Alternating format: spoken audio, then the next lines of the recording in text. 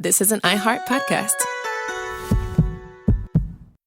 Clay, have you heard of the Rio Reset? Sounds like a trendy new workout, Buck. It does, but it's actually a big summit going on in Brazil. The formal name is BRICS, which stands for Brazil, Russia, India, China, and South Africa.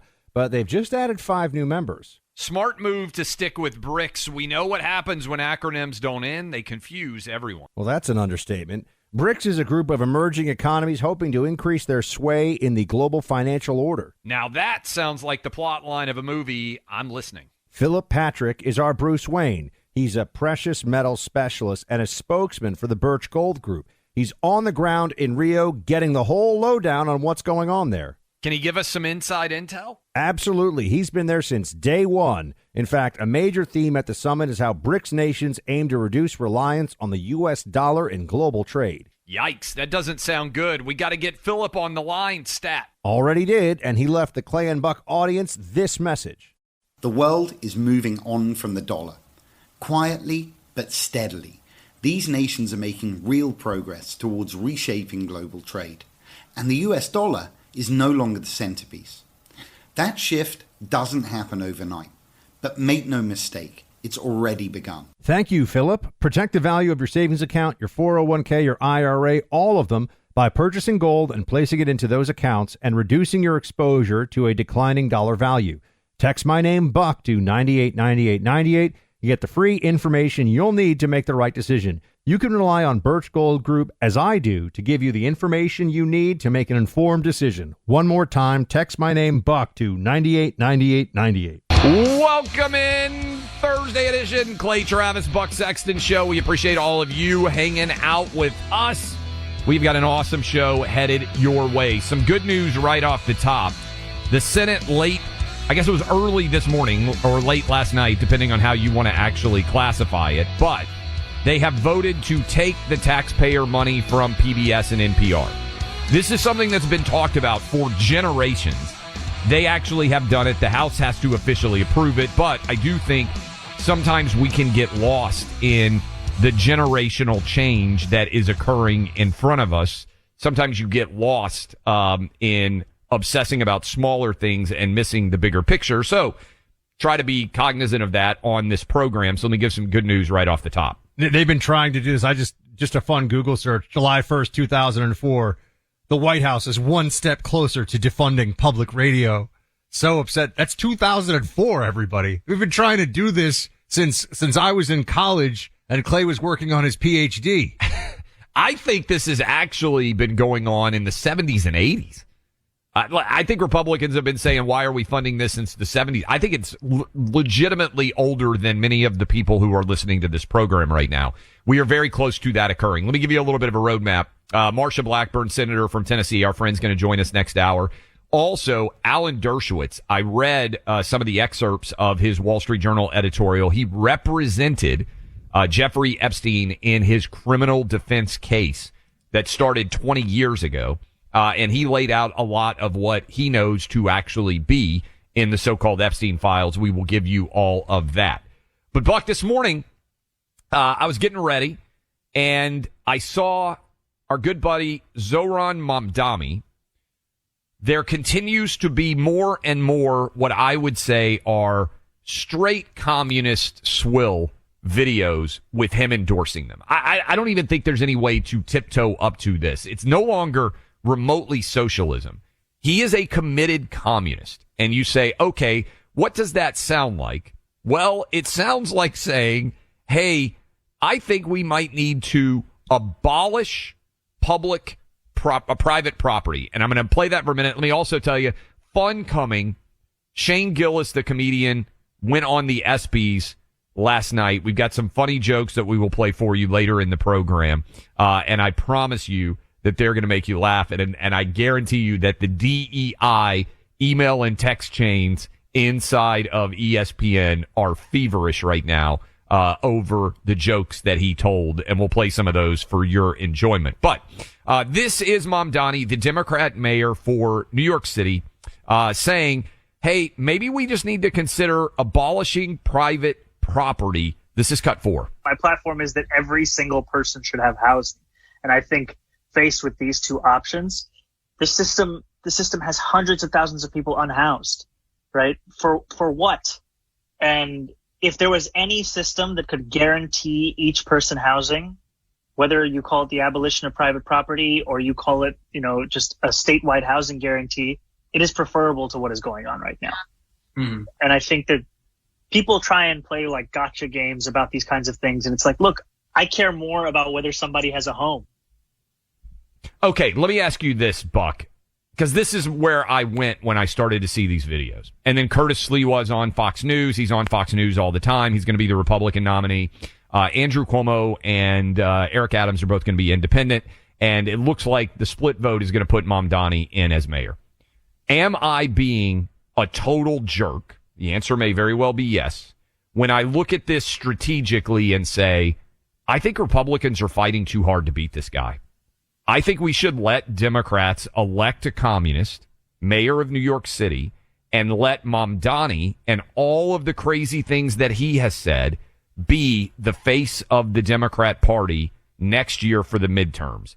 We may have to sacrifice New York City in terms of having a competent mayor in order to win a bigger prize, which is the House of Representatives.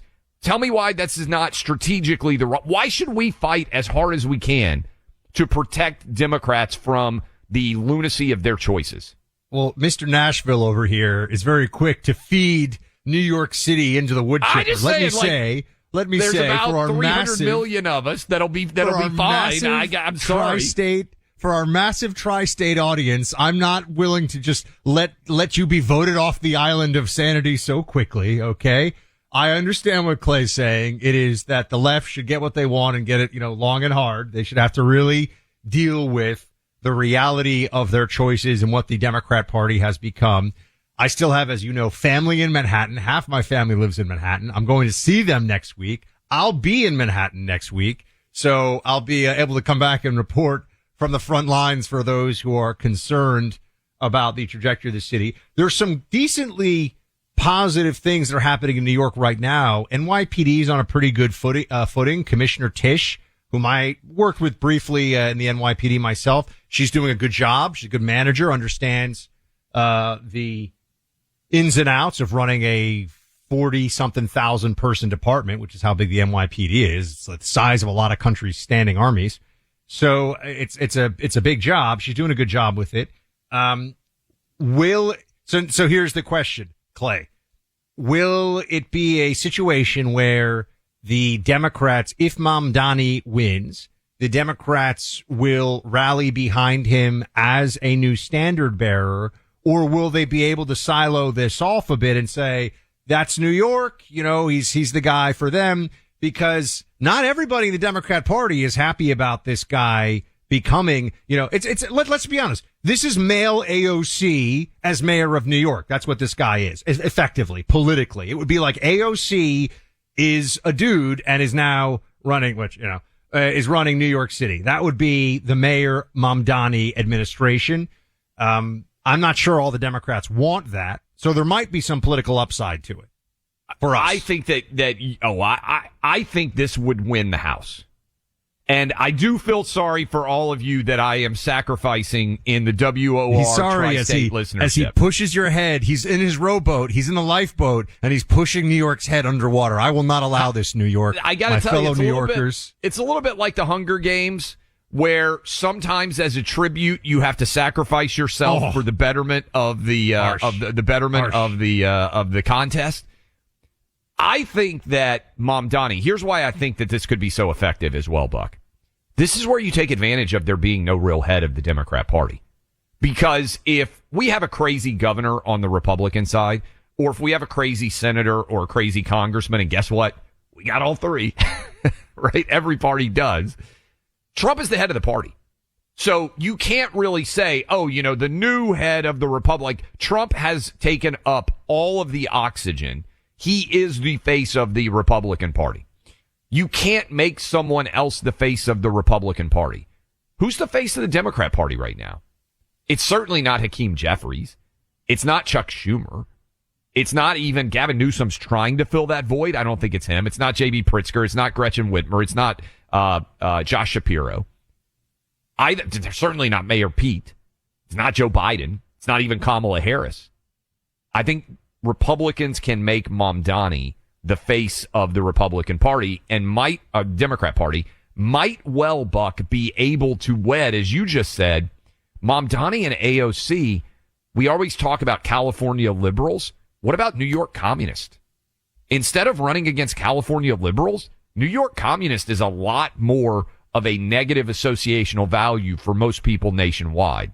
And so I'm sitting around, there's this obsession right now with Republicans trying to save Democrats from the consequences of their choice in the primary. Why? Why should we not just sit back and let them take themselves over the woke waterfall? It's a problem, I think, that you could look at through the prism of Los Angeles and San Francisco and really all the Pacific Northwest cities, Portland, Seattle, where they have really gone after, less so in LA maybe, but in the other places for sure, San Fran for sure, Mamdani policies for many years. And I don't think it's been the huge drag on the Democrat Party that we would hope for. I mean, even look at you ask who the standard bearer is of the Democrat Party right now? I think it's Gavin Newsom. At this moment in time, wants to be. I think he is right now. I think he could get pushed off that pedestal pretty quickly, but I think Gavin Newsom is the national Democrat of the moment. The fact that he's willing to go on a big right-leaning podcast, the fact that he's been willing to debate. He debated Hannity, right? Was it? He debated DeSantis on Hannity. Yeah. So yeah. I was trying to remember it. He debated DeSantis on Hannity. You know, he loves the media. He loves the attention, obviously. So I think that he's the guy. And so the mismanagement, here's my point. The mismanagement of California has not delivered the wins that we would want to see necessarily at the national level. I'm not sure what happened in New York either. To be honest with you, de Blasio was horrible, and they went with only a slightly less horrible Eric Adams. Yeah, is there a part of me that feels like the Democrat electorate of New York hasn't suffered enough? Sure, but New York is a place with, if you win New York City, or if you win it by enough, you're basically winning it at the state level too.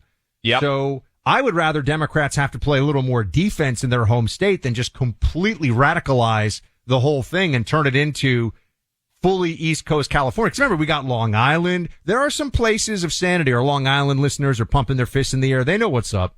No, look, Staten Island certainly is not voting for this insanity. And New York was closer in the 2024 presidential election than Florida or Texas were. That's like New York was closer to being a red state than Texas or Florida were to being blue states. I think this would actually open the door for Elise Stefanik next year in the governor's race. I think if you asked Elise Stefanik and you said, hey, I get it, like Eric Adams or Cuomo would be a better choice for the city, what motivates Republican turnout more? A communist New York City mayor upstate? Do people show up and say, oh my goodness, we can't have Kathy Hochul back again? I think it might. And I certainly think it would be impactful in the House of Representatives to be able to run against him nationwide. So a part of me, I'm sorry, New York, a part of me is thinking, hey, maybe we keep the life vest inside of the boat. I think you there's guys a little have bit to of swim for shore. When Clay was an undergrad at GW and all the New York, New Jersey, and Connecticut GW folks were like, Clay, did you grow up playing a banjo? Clay, were you in Civil War reenactments? Like, they must have been fascinated because there were, as we've discussed, not a lot of Tennesseans going to GW. So I think Clay is having a little fun at the expense of our tri-state family here. I'm just going to save the country, but it might mean that some of you have to drown. I'm just saying every now and then it's like, what's the great debate that they have? Would you shove one person in front of a train if it meant this is the ethics debate? Would you kill one person to save a million? And the class gets all fired up about it. Sure. Yeah. Yes. Yeah. Sorry, New York. You're that person. I think we could pull New York into the rowboat. All right. I'm not gonna be Rose and let Jack go into the depths with the Titanic freezing. I'm actually gonna pull him up on the door with me, Rose.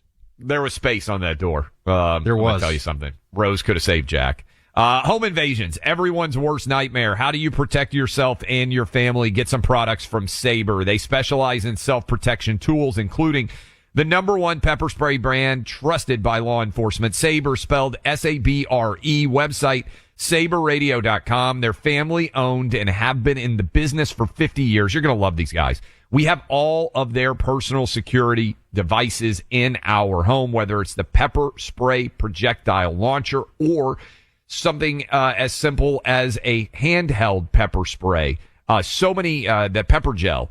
So many of these products, you can put them on your doors. Super cool alarms. You're going to love them. Family owned. They'll make your home safer. SaberRadio.com. 15% off when you go right now. SABRE. That's SaberRadio.com. You can also call 844-824-SAFE. That's 844-824-SAFE. Making America great again isn't just one man. It's many. The Team 47 Podcast. Sundays at noon Eastern in the Clay and Buck Podcast feed. Find it on the iHeartRadio app or wherever you get your podcasts. Life's messy. We're talking spills, stains, pets, and kids. But with Anabae, you never have to stress about messes again. At WashableSofas.com, discover Anabae sofas, the only fully machine-washable sofas inside and out, starting at just $699. Made with liquid and stain-resistant fabrics. That means fewer stains and more peace of mind. Designed for real life, our sofas feature changeable fabric covers, allowing you to refresh your style anytime. Need flexibility? Our modular design lets you rearrange your sofa effortlessly. Perfect for cozy apartments or spacious homes. Plus, they're earth-friendly and built to last. That's why over 200,000 happy customers have made the switch. Upgrade your space today. Visit WashableSofas.com now and bring home a sofa made for life. That's WashableSofas.com. Offers are subject to change and certain restrictions may apply. Welcome back in, Clay, Travis, Buck Sexton show. All right, we got a bunch of reactions pouring in to my suggestion that we should abandon New York City and let them have to deal with their communist mayor, and that will be actually beneficial for next year's midterms, which are more substantial, and also a lot of governor's races. I think that Elise Stefanik would be far more likely to win the governorship of New York State, and I'm saying I believe she's officially announced. Let me know if she is not. I know she's the most prominent candidate that has been much talked about. Buck, a lot of people weighing in. Bob says, sorry, Buck, I'm with Clay on this one. New York had a nice run, but enough already. Damon says, if Mamdani becomes mayor of New York City, Clay should be forced to live in the Bronx for the duration of Mamdani's term in office. Hey, maybe I could be neighbors with AOC. Didn't AOC? I mean, I'll go out to Westchester. AOC, if AOC can be a Bronx girl and grow up in Westchester, there's a lot of really nice places in West Scarsdale. Very nice. From Franklin to Westchester is actually probably not much pretty different. Easy transition. You wouldn't feel that different. I mean, different politics, but maybe I could live next to the Clintons in Chappaqua. Right? Chappaqua. It's different because Chappaquiddick is where Kennedy killed the girl, right? Chappaqua is where the Clintons live right now. Bill says, for decades, communists have been joining the Democrat Party. Watching Mamdani's warm welcome by mainstream Dems and their failure to condemn his most radical positions, now apparent, party is joining the communists. Here's Don as well. I live in all three New York, state, city, and county. I very much enjoyed listening to Buck at the New York City Republican Club last November. By the way, I may not get an invite to the New York City Republican Club like Buck did after this take. I don't know. I could probably sneak you in. I know some people, but they're not loving what you're saying right now, pushing them underwater. But Don says, always a but here, I'm with Clay on this. I've been saying this since the primary. I want Mamdani to be the next mayor and watch all those people who hate me, the guilt-ridden, self-righteously arrogant, overeducated, snot-nosed elites of the liberal intelligentsia foam at the mouth in total apoplexy. Almost as much fun as watching The View. Also, remember, the mayor of New York City can't do all that he suggests. New York State legislature must pass many of these bills. So, guys, what do you think?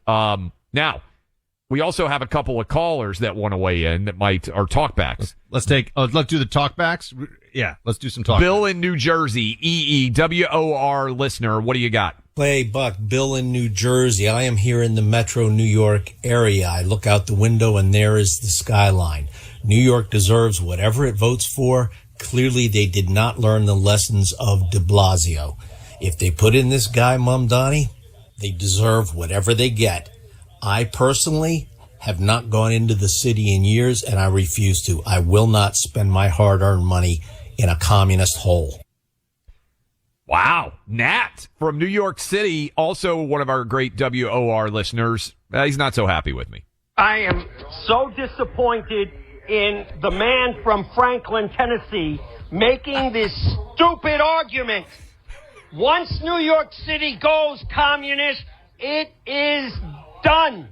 It is a ridiculous argument. You gain nothing by giving in territory to the enemy. You have to attack. I love this I love guy. that caller. I love that caller. He's that's the spirit of New York right there. That's calling in. I guarantee you, Brooklyn. He's calling in from Brooklyn, and he loves it.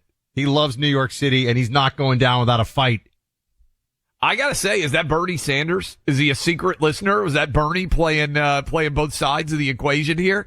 That sounded a little bit like Bernie. That's not how Bernie. That's not a Bernie. Oh, that sounded Sanders. Bernie to me. Little bit Mark Levin there. More, Mr. Esteemed Levin, yes, but definitely not. Bernie's down here. He's got this sort of low. He's got the Brooklyn, but he That's pretty talks good. down in this register, and he will really lean in on certain words like the oligarchs. You know what I mean? You gotta just. That's you gotta really get that good. beat going. Bernie might be your best. I have to say, Fauci is good. Bernie might be the best. But this is, if you're out there and you're saying, okay, yes, Mamdani might be an issue, but how much panic is there? Elizabeth Warren is now saying, yeah, Mamdani, he's a little too far for me. This is not the way we should talk. Cut 5 again. Make him the face of the Democrat Party for the midterms. Here's Elizabeth Warren, Pocahontas herself, trying to distance herself from some of the arguments Mamdani has made because they're too far left wing and crazy. Cut 5. This is not the way we should talk. If this encourages violence in any way, then I am opposed to it. I am a no violence person. I think it's a very, very bad idea. But let's be clear. Mamdani ran this race because he said, I can make government work better for families on the ground. I'm willing to try new ideas to bring down costs for people who live in New York City. And I understand that big-time investors are freaking out about that because they can't quite understand how somebody is going to maybe make it to be mayor without having come and bent a knee to them. Okay. First of all, I love that she said I'm opposed. Is there anybody who's ever said, hey, you know what we need? More death and destruction. I love that she starts off by saying, I'm a no violence person. Yes. Oh, congratulations. Yes. We also are very opposed to murder. She's but I'm very glad quick. She led with that. She's very quick to bury the hatchet and stay off the warpath, which we appreciate here. But I will say that I think she has to, distance herself from Mamdani the commie, because otherwise the two race hoaxsters would be lumped together. Remember, he pretended to be black to get into school. She pretended to be Native American, and it worked for her. So she can't be too closely associated with this Mamdani guy, because all of a sudden it's going to be Elizabeth Warren posing as Pocahontas, and his middle name was always Kwame, or did he change his name to Kwame for the purposes of admission? My understanding, I legitimately researched this moron's name. Because Kwame is not a South Asian name. So the dad named him after the leader of Uganda, who was named Kwame. So his name is Zohran Kwame Mamdani, which is why I think no one else that I've heard has pointed this out. This is clearly why he put Black African American on the Columbia application, because he thought they would see, oh, how many maybe there's one listening right now. Are there any white, Asian, or Hispanic men listening right now who are named Kwame. I would submit that is like, if you see the name Kwame, you're like, that's a black guy's name. He knew what he was trying to do. He was trying to pretend to be black to get into Columbia because he thought it helped him. His middle name, a team in New York, you can look this up. My reading on this was that his dad named him after the leader, middle named him after the leader of Uganda at the time. And so the Kwame is in honor of whoever the Ugandan leader was. Because the guy's only, Mamdani's only like 33 years old, right? I mean, he's super young on top of all these other things. He's never. Well, so is it Kwame Nkrumah, who was the president of Ghana, but the prominent figure in the first Pan-African movement? So not specific to Uganda, but I believe we can track this one down. It would be Kwame Nkrumah, who was a Pan-African nationalist, if you will, because when you think Uganda, the leaders of Uganda it's been a pretty, Idi Amin is the most famous, which is not a good thing. It's been a rough go with the Uganda leaders specifically. Yeah, I will readily acknowledge that my knowledge of African leadership Have you is seen not Last at a King high of level. Scotland, by the way? It's a great movie. Great. Okay. I was going to say, you and Laura, top of the list. I keep giving you guys great recos. You never watch them, but that's okay. I'm glad you've at least already seen that. I don't watch anything except what my kids put on, which is why I've only been watching Outer Banks of late, which is a great, fun, ridiculous show to watch with your teenagers. If you got 13, 14, 15-year-olds. I bet producer Allie has watched Outer Banks. I would bet that she has. I bet nobody else. It's Kwame Nkrumah, the Ghanaian Pan-Africanist leader, which reflects his father's.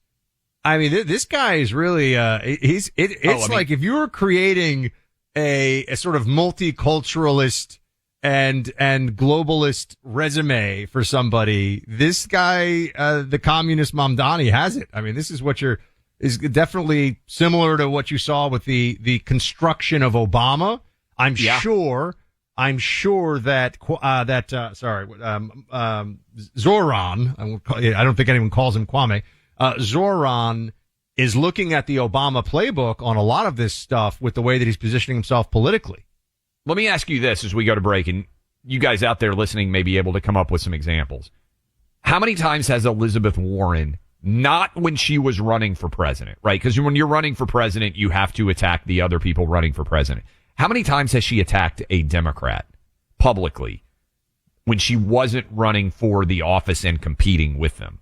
This is kind of unheard of for Democrat to turn on another Democrat. This is how nervous I think they are, because you can say a lot about Elizabeth Warren, but she has a lot of connections to Wall Street big investors. I know she tries to pretend that she cares about the little person, everything else. She's actually very plugged in with elite left-wing Wall Street donors. And I think that's where this pressure is coming from, because the guy's a communist. And we need to have some fun with his plan on the grocery stores. His plan to save everybody money on the grocery stores, it reads like your kid's plan, except less logical when it comes to selling lemonade out on the corner in the neighborhood. I mean, this is Elizabeth Warren, the progressive leftist, all that stuff. She's worth $12 million personally. Yeah. So she's not struggling. It turns out it's really easy to be all about collectivism and the government taking from other people when you've already amassed a $12 million fortune, which you could easily live a very comfortable life just off of the annualized interest of that in a high yield interest account or a standard mutual fund. I'm not giving financial advice here, but this is not a $12 million in the bank. And I know they'd say, oh, well, that's probably real estate and stuff too. But point is, she's rich. Elizabeth Warren's rich, going around talking about but there's, I made my money by getting overpaid for books that nobody read and doing consulting that nobody needed because I'm a Democrat, professor rich. And then there's, starting a company and selling it for $1 billion rich. So even somebody who's worth $10 million, one, can exploit class envy, which Elizabeth Warren has built her entire career on, and two, have some of their own class envy, truly. Bernie Sanders, a socialist with 3 houses. It's amazing how that works, isn't it? Isn't that? I have one house, and I'm not a socialist. How do I get to be a socialist with 3 houses? That sounds like fun. All right, save yourself money. Speaking of money, on a service that you have to use every day, your cell phone. When you switch your cell phone service from AT&T, Verizon, or T-Mobile to Pure Talk, you're immediately saving hundreds of dollars a year without sacrificing quality. I switched from one of those companies to Pure Talk myself several years ago and can tell you firsthand the service is top quality. $25 a month for unlimited talk, text, and plenty of data is a great price point. Little known secret in the cell phone industry, but I want to tell it to you. Pure Talk uses the same 5G network, same 5G towers as one of those 3 companies I mentioned. You get the same quality of service at a fraction of the price. With Pure Talk, you can keep your phone and your number. From your cell phone, dial pound 250, say Clay and Buck. You'll save an additional 50% off your first month. You can literally switch over to Pure Talk in about 10 minutes. Dial pound 250, say the keywords Clay and Buck to switch to Pure Talk. Wireless by Americans for Americans. Sometimes all you can do is laugh, and they do a lot of it with the Sunday Hang. Join Clay and Buck as they laugh it up in the Clay and Buck podcast feed on the iHeartRadio app or wherever you get your podcasts. Welcome back into Clay and Buck. We'll be with hopefully Professor Dershowitz here in a second. He's a busy man. We'll be calling him in the meantime. But we had President Trump just now. Let's not play the audio. Apparently the audio is so low quality that for all of you listening all across this country of ours, it'd be tough to make it out. I'll just tell you, he was asked about by a reporter, would you consider appointing a special counsel to investigate the Epstein investigation that just happened? And President Trump responded, I have nothing to do with it. So I think it is very, very unlikely that that will happen. I've heard some people saying that that's what they would like to happen here. Some commentators out there. Clay, as far as I can see it, there would have to be some reason for a special counsel, and the reason is generally that there's a conflict of interest. And so now you would be appointing a special counsel because you'd be saying, I can't be trusted, my administration can't be trusted, the DOJ, to handle this internally. To me, that you're just creating more problems. I don't see why that would be helpful at all. And I think Trump there's almost no chance in my mind he's going to go through with something like that. Well, I think you can just go to the precedent of the first Trump administration. I think a lot of people would say they got knocked off their feet by his frustration with his first attorney general, Sessions. I think I'm remembering that correctly, right? The former Alabama senator, who was Trump's first attorney general, not being willing to just say, hey, there's nothing to this Russia collusion allegation. Instead, you had the step back, hey, I've got a conflict, I can't look at this. Here's the other challenge that I would say. So I tweeted about this a little bit. To me, the solution is pretty simple. You need to have AG Pam Bondi and Kash Patel have a joint press conference, answer every question that you possibly can on it. And by the way, we're waiting on Alan Dershowitz.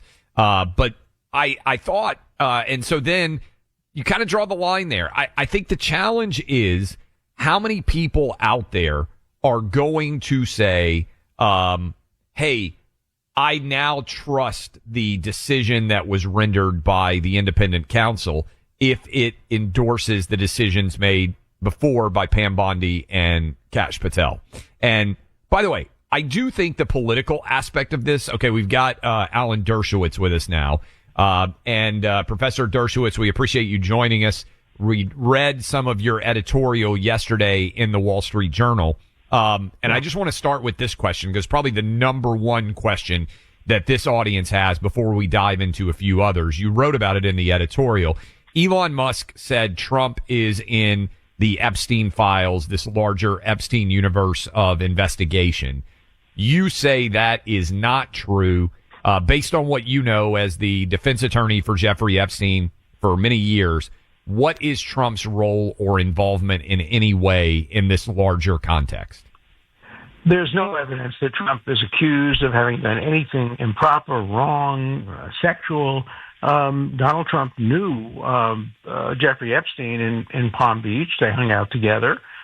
He said some nice things about him in an article for Vanity Fair.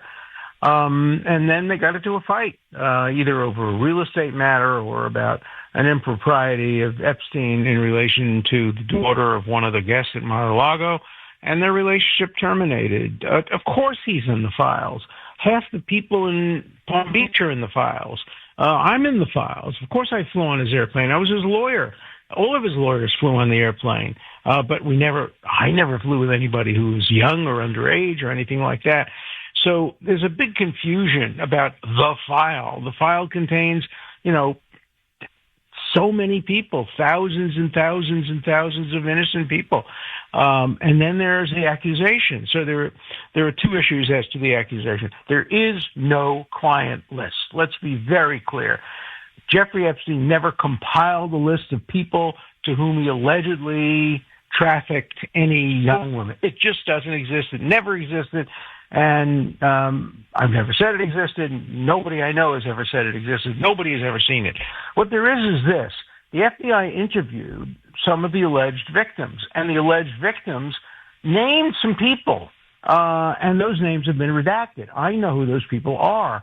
There's nobody in current government. There's no Donald Trump. There's no Bill Clinton. I'll give you an example.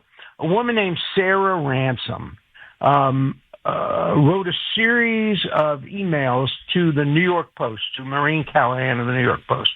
In it, she accused Hillary Clinton, Bill Clinton, and Richard Branson of having underage sex with minors and said she had videos of them. This was in the run-up to the election of 2016. Wow, wow, wow, big news. So they did an investigation, and this woman, Sarah Ransom, admitted to the New Yorker that she made up the whole story from the whole cloth. She didn't know anybody. She just made up the story because she wanted to have something on Jeffrey Epstein. So that's the kind of thing. You get these kinds of fake accusations, and of course the courts don't reveal the fake accusations because they want to protect the so-called victims. Now, Sarah Ransom was not a victim. She's a perpetrator. She falsely accused people and admitted, but she is being protected. And the people that she accused are not being protected. So that's what is going on here, and that's why some of the courts have been so concerned about revealing half-truths, accusations, without going and looking at who the accusers are. Professor Dershowitz, on the issue of the allegations, conspiracy, however one wants to frame it, of foreign intelligence contacts, specifically the allegation has been leveled by some pretty big voices out there. You mentioned, I think, in your editorial that this has happened, that they're saying it's Israel, that there's Mossad connection here, and you address that. Could you lay out your case here as a former lawyer for Jeffrey Epstein, why you say the foreign intel thing just doesn't hold water? Well, first, I was also a former lawyer for the Mossad. I represented the Mossad back in the day when 5 of their agents were arrested in Cyprus, and the Mossad retained me pro bono to represent these 5 people, and I got them out. I have good sources in Israeli intelligence, and I can tell you with 100% assurance there's never been any contact between Israeli intelligence or Israel in general and Jeffrey Epstein. He became friendly after all this happened with Ehud Barak, the former prime minister. They did business dealings together. But there's never been any contact with intelligence, and the former prime minister of Israel, Bennett, looked into it again and stated on behalf of Israel, basically, that there's no truth to it at all. And this is logical. It would be impossible. Why? If he had worked for any intelligence agency, Mossad, CIA, any agency, who's the first person he would have told? His lawyers, me, and the other lawyers when we were trying to get a good deal for him. The best thing we could have had going for us is, oh, my God, the guy worked for an intelligence agency. Leave him alone. He never told us that, and quite the opposite. He denied any information that would be helpful to him along those lines. So it's a completely made-up story. Now, I know the reason for the made-up story. Made-up story had the following basis. His former girlfriend, Ghislaine Maxwell, is now in prison. Father, Robert Maxwell, who's a publisher in England, may well have had some connections to the Mossad. And so Tucker Carlson probably said, oh, my God, if his girlfriend's father had connections, he probably did too. But then Tucker Carlson goes further and says, everybody in Washington knows that he worked for the Mossad. That's just blatant bigotry, and it's just wrong, and it's just not credible. And he ought to take that back. Nobody in Washington knows that. The CIA doesn't know it. The White House doesn't know it. I don't know anybody credible who believes that Jeffrey Epstein would have been hired by the Mossad or by the CIA. It's absurd. A lot of people point to the initial prosecution. You were the defense attorney for Jeffrey Epstein. That was called a, quote, sweetheart deal. You say Epstein was actually upset with the deal that he got. How does that deal compare to you, to other criminal defendants? Was it a sweetheart deal that he got initially? No, in fact, it was a worse deal. What we did is we did a complete analysis of every single case that was comparable. And remember, the only thing he was charged with was having sexual contact, not sexual intercourse, sexual contact massages with two women, one way above the age of consent, and but for money, so it was a crime, and the other, I think 3 or 4 months below the age of consent, 17 and a half years old. That's it. We did a thorough analysis. I did that analysis personally of every case in Broward County and Palm Beach County and Miami and Dade County of people who were charged with that kind of thing. Not a single one of them got any prison time. So we went to the people in charge and we said, fair is fair. Let's give him a sentence that corresponds to past sentences. Ultimately, we worked out a deal where he'd be sentenced to 18 months in jail, and he'd have to register as a sex offender. Epstein was furious at that. He fired me, wouldn't pay my legal fee, thought I was a terrible lawyer because I got him such a bad deal. I thought it was a pretty good deal. And as a result of that deal, by the way, that's how the feds got involved, because the police officials in Palm Beach County thought they could do better. And so they went to the feds. Well, they thought, Professor Dershowitz, they thought there was a lot of others. I mean, there were a lot of other allegations of more serious stuff that were out there that certainly came to light later. That's right. But he was not charged with any of that. Right. So he pleaded guilty. The only things he's ever pleaded guilty to are these two charges involving a 17-year-old and I don't remember, 21 or 22-year-old, something like that. But those are the only things he was ever charged with until later. And then years later, I was not his lawyer. After that, I stopped being his lawyer once this was over. The first case was over. He was charged with a lot more. By the way, the reason that he was charged with a state case, not a federal case, back in 2006, because they had no proof that he had ever taken women across state lines. All the young people that he had any contact with were from Palm Beach. These were mostly teenagers who worked in what were called, I had never heard this term before, but I learned it when I was doing the investigation, whack shacks. They were places in the West Palm Beach where you'd go and pay $100 and you'd get a happy ending massage.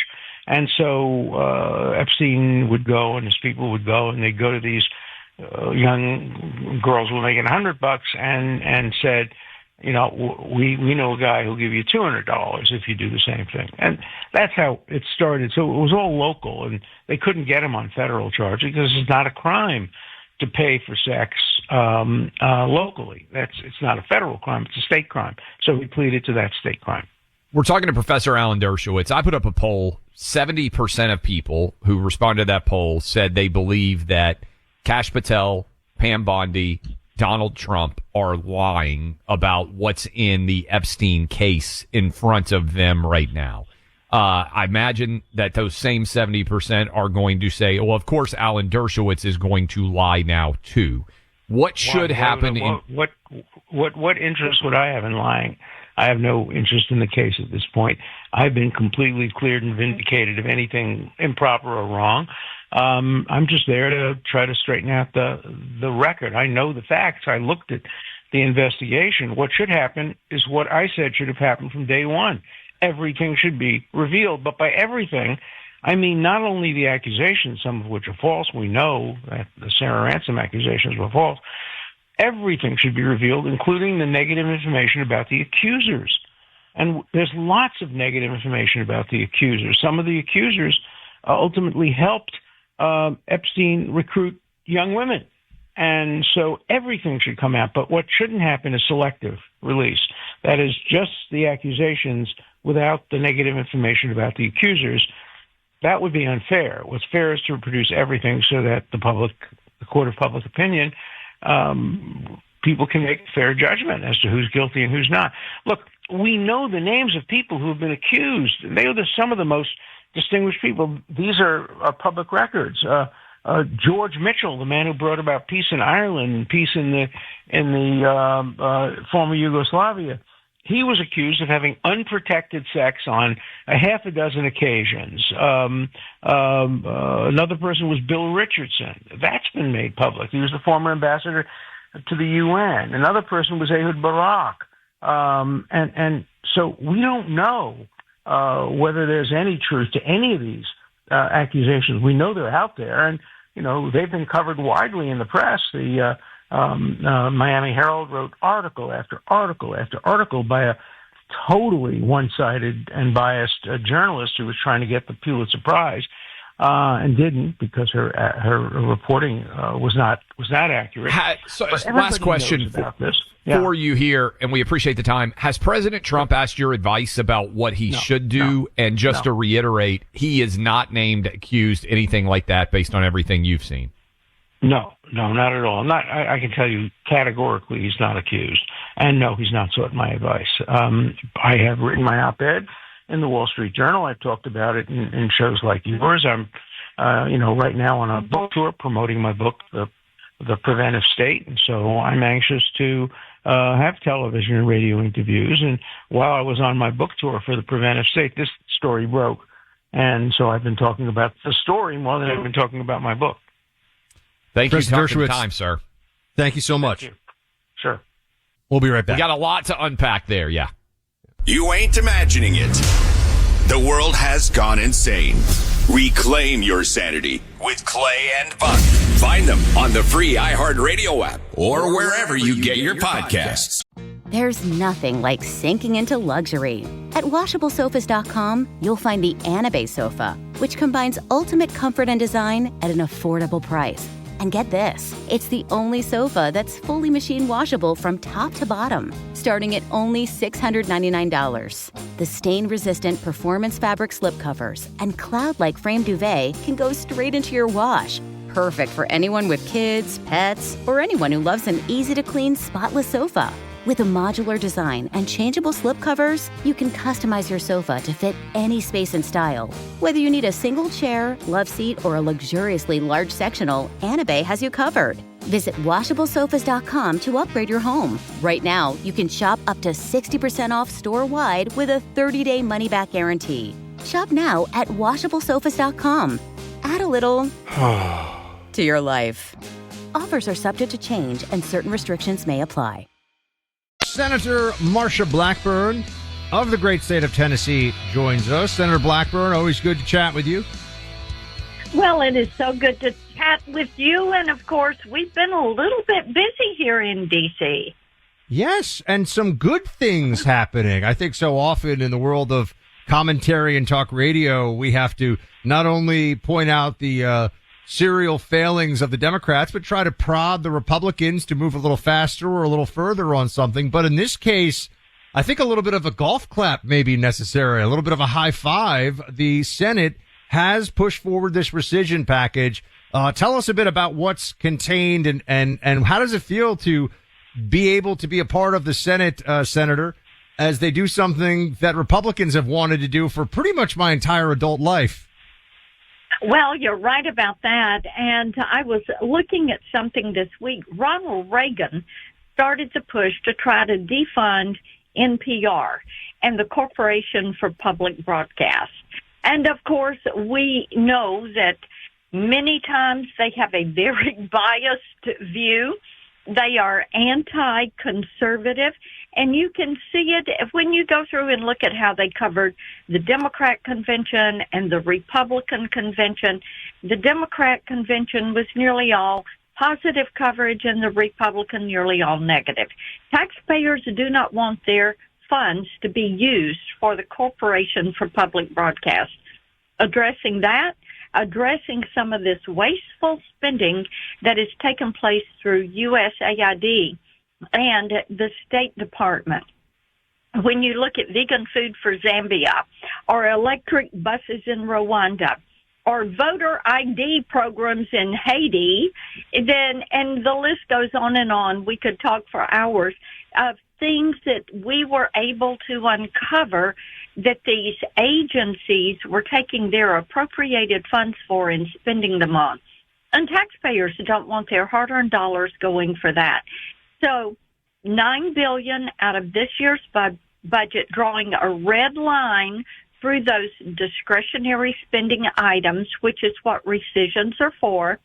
And then if you say out of a 10-year budget window, all of that is gone, that's about $90 billion in savings. We're talking to Senator Marsha Blackburn about all of the successes that are taking place. Trump basically ran on economy, border, crime. It seems like he is delivering on all three of those fronts, and I know sometimes they overlap. So, for instance, the border and crime, we certainly know they're illegal, violent perpetrators of crimes that should be removed from this country. Can you remember, you've been in politics for a little while now, can you remember a more consequential in terms of delivering results on what someone ran on first 6 months for a president than what we have seen so far from Trump? Because I can't. I cannot. The way he has really buckled down. And, you know, Clay, we've talked about this a lot in the last week. As we remembered a year ago on Sunday, that assassination attempt. He has been very intentional, very purposeful. He made promises. He has kept those promises. He's dealing with inflation. He is dealing with tariffs. He's dealing with our standing in the world. He has secured that southern border. It is the lowest illegal entry into this country we have ever seen. And we know that he is making certain that things get done. We're rebuilding the military. We are addressing waste, fraud, and abuse in government programs. That is what people voted for. He is delivering, and it is a joy to work with him. And when you see every single day how he is sending power and authority and money back to the states, getting it out of D.C., draining the swamp, which he said he would do, and sending power back to the people, whether it's education or energy or regulations or healthcare or benefits, and saying, here, let's get it out of D.C. Let's get this money back where it belongs.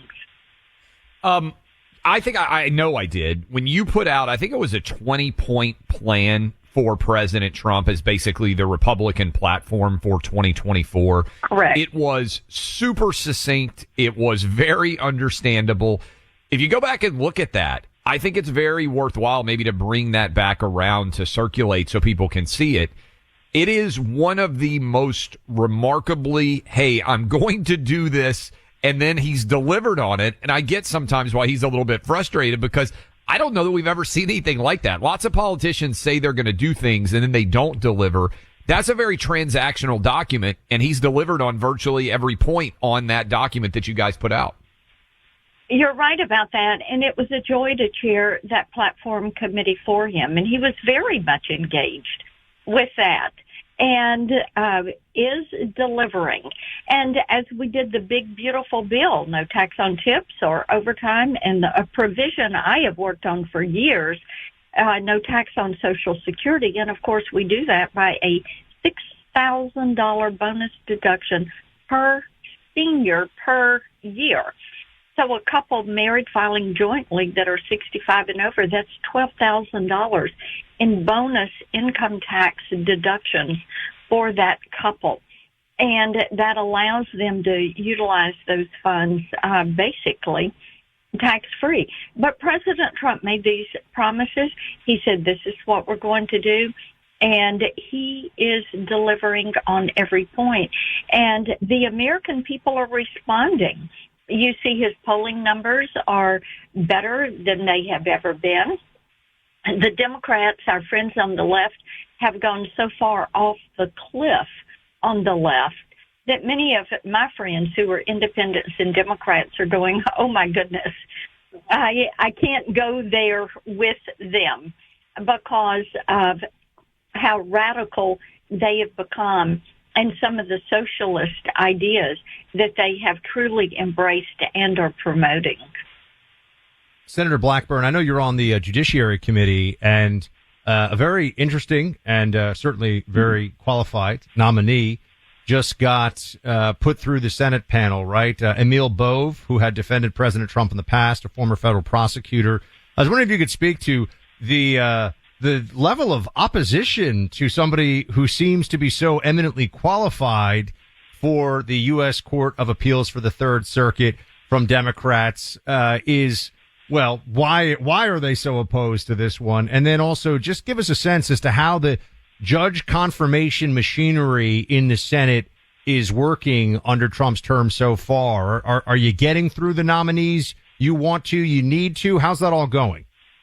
Well, we are working on some more today, and earlier this week we did the first circuit court appointee, and that is Whitney Hermendorfer out of Tennessee. She'll be on the Sixth Circuit. And you're referencing Emil Bove, and Emil had represented President Trump at one point and had worked with Todd Blanche, and we got him out of committee today. The Democrats were so upset about this. They did not want to approve him because they felt like he had done this, that, or the other wrong. But what they're going to do is nitpick.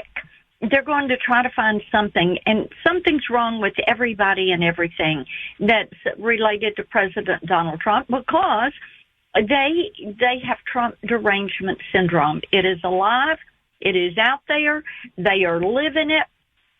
And what we did as the Democrats got up and walked out after the vote had started, we continued the vote, and he was approved, and he will move to the floor for his confirmation vote, and I hope we vote him very swiftly. Now, the Democrats are trying to hold up every U.S. attorney, every U.S. marshal, every judicial appointment that we have because they want to impair the ability of President Trump's administration to carry out their agenda.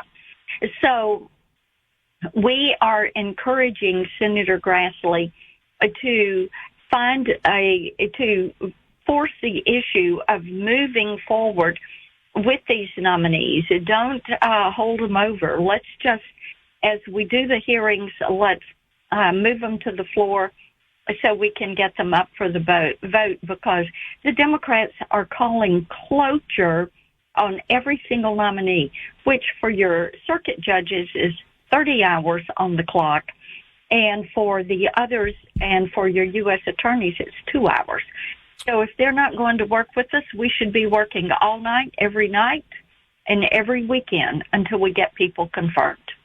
We're talking to Marsha Blackburn. I want to finish, Senator from Tennessee. I want to finish with this, and I'm going to be hammering it home because I think there's a lot of New Yorkers listening right now, and I know there's a lot of Californians. Senator Blackburn is the primary reason why there is no state income tax in the state of Tennessee. And for people out there who are looking at Kami Mamdani that's coming in New York City, we've got a pretty good economic environment in the state of Tennessee, wouldn't you suggest?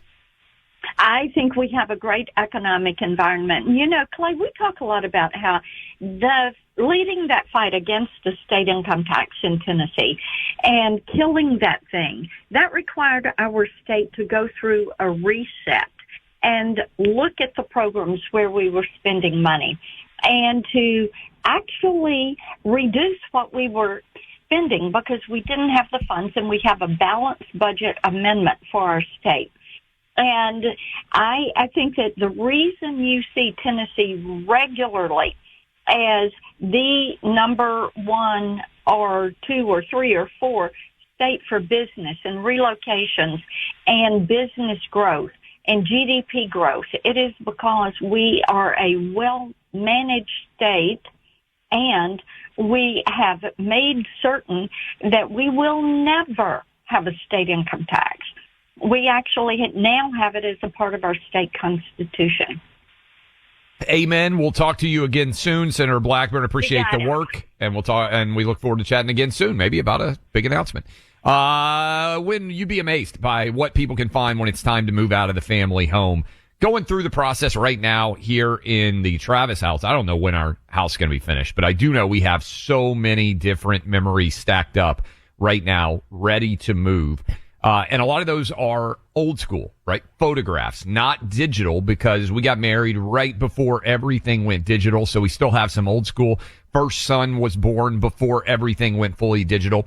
But how many of you out there have great, incredible family memories that might be generations old? Heck, they might be 100 years old or more that have never been digitized. Maybe they're in grandma's house. Maybe they're in grandpa's house. Maybe there is a keeper of the family history and lore.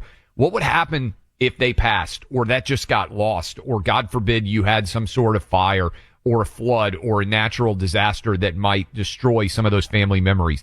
Why not preserve them forever right now digitally with our friends at Legacy Box? Once a digital file is created, it can last forever, certainly longer than any videotape would. You'll be able to watch the digital files anywhere, be it on your phone, laptop, or smart TV.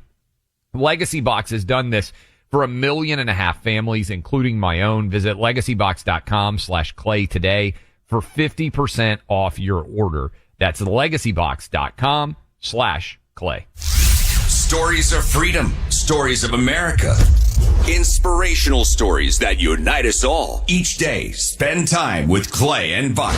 Find them on the free iHeartRadio app or wherever you get your podcasts. This is an iHeart podcast.